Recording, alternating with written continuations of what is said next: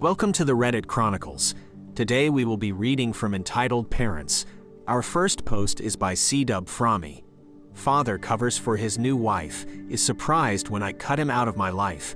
Recently I have come to learn that T, my stepmother, has only been around 8 years, and whom I don't care for, stole $768 from me, 32M. When I spoke to my father, all he could do was complain about how many problems this is causing him, the stress on his heart, and how it's damaging his relationship. He didn't apologize for what she did. He just made the phone call about himself. For a phone call that lasted an hour and a half, I probably spoke for 15 minutes or less. I told him we could talk about it when I get there and figure something out. He then suggested flat out that I can help him work to make back the money. I was coming in from out of state for a different reason and already planning on staying at the house. This is my childhood home with my room still furnished how I left it, like my clothes are still in the dresser for when I visit. Plane tickets purchased, and I send him the confirmation date. The next day, he then texts me that I'm no longer welcome at the house, that it's time I grow up and seek health care somewhere else, and that he just needed to know where to send the money. This throws all of my appointments into the void, and I had to cancel and rebuy plane tickets because of it, and now I am staying with other family. I know he did it to protect my stepmother from the confrontation of facing me in person. She crumbles to dust if people raise their voices around her or curse too much, even casually. For reference, this woman is in such need of therapy that I cleaned and rearranged the kitchen one morning, and T started crying and claimed I was kicking her out of the house by making it not hers. All I did was do dishes and organize and clean the spice cabinet and pantry. He keeps saying that it's for his health, that I'm not there, and that it's too much stress. I have my own money and transportation and provide my own food. The duration of the trip was 2 weeks. I block him and my stepmother on everything. I ask my family to no longer speak to my dad about me. This is all after a lifetime of abuse and narcissistic BS from my father. Now I hear through the grapevine that he's shocked, just couldn't believe I'd do this to him. My sibling already no longer speaks to him because of similar things, and him telling my brother to grow up and quit being a coward after my sibling set a boundary with him. I had warned him before that if he kept up in his ways, casually racist, homophobic, blatantly inflammatory, he'd have no one to take care of him when he's older, and he didn't listen. If that wasn't enough, my late mom's last words to him were, "Don't let the family fall apart. Way to go, Dad." Thanks for listening. Our next post is by Swiggity Wig, Making My Senior Parents Homeless. I, 30F, and my father, 64M, have historically had a rocky relationship. My parents divorced when I was 5, and he married the women he cheated on my mother with.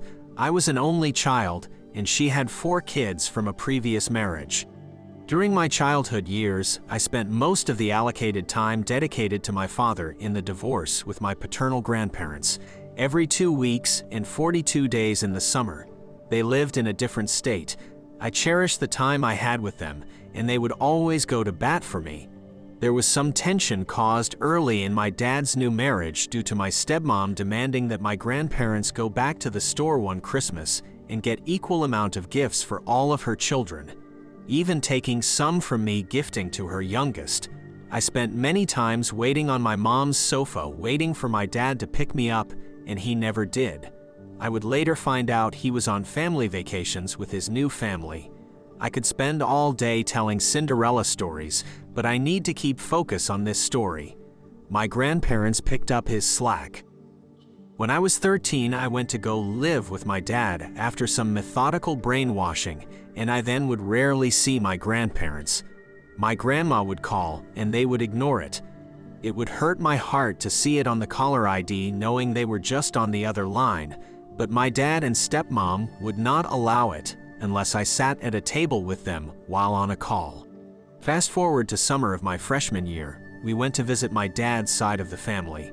On the last night, my aunt and uncle who lived next door asked if I could stay the night with my cousins. My stepmom wanted her youngest daughter to be included. They declined because my stepsister was a thief. A fight ensued in the front yard that night, resulting in physical altercations. My stepmother shoved my 74-year-old pap to the ground. He had a hip replacement in the 90s and already had a stiff walk. I was utterly terrified and distraught. As the chaos ensued, I packed my belongings because they said we were leaving. I vowed then that this would be the last straw, and I would never forgive them. We missed their 50th wedding anniversary because my stepmom was still upset over what his family did to her that night. The next spring, my pap had a stroke, and it was never the same. The man that helped raise me during his son's shortcomings didn't remember my name. He died in 2014. Later, I left home when I was 18 to go to college where I met my husband. He has been my rock and helped when my dad throws fits in the last few years when he doesn't get his way. He has showed me nothing but unconditional love and support, and is the father to our child mine never could muster to be. I go no contact with Dad every couple years because of his behavior.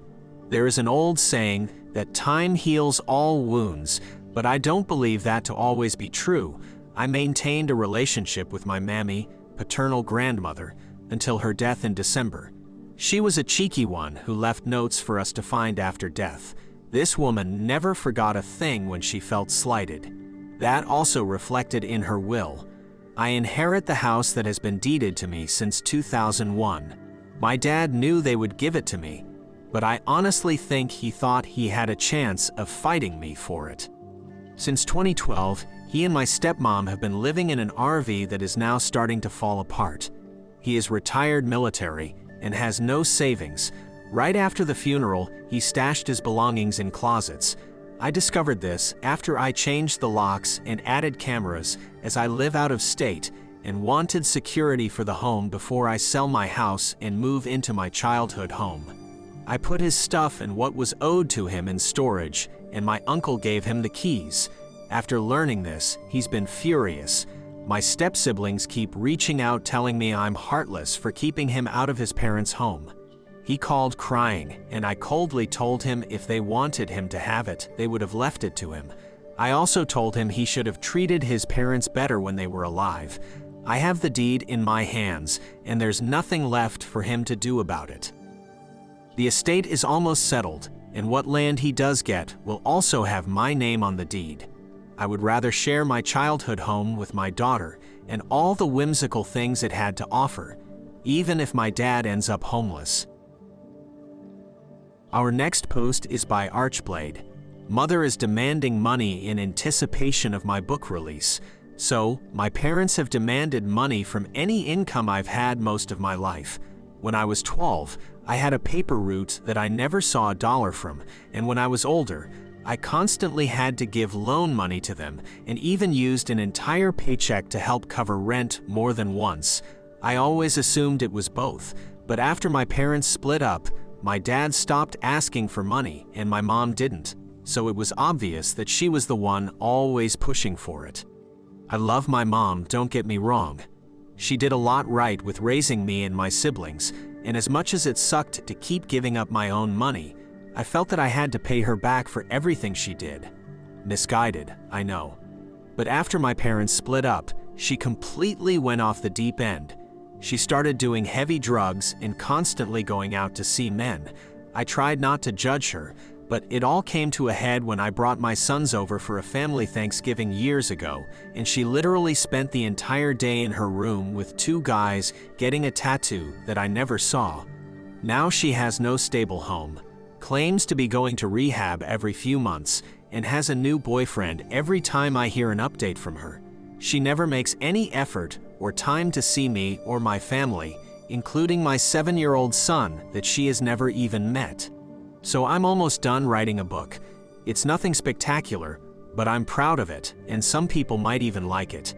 I've been posting on Facebook to my friends and family for people to help me review it and give me their thoughts, a process that has taken a couple of years, and to no one's surprise, she has done nothing to help with.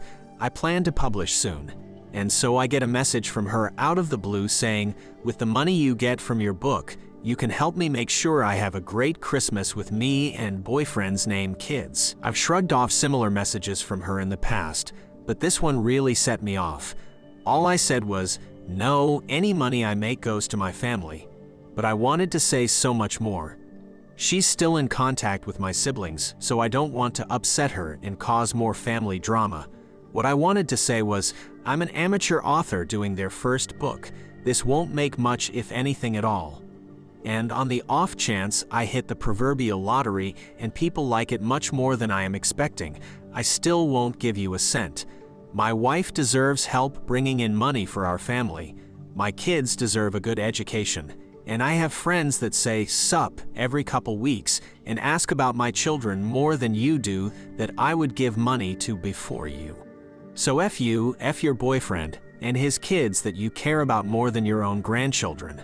I just wanted to get this off my chest. Thank you. Thank you for listening to the Reddit Chronicles. Follow for more content.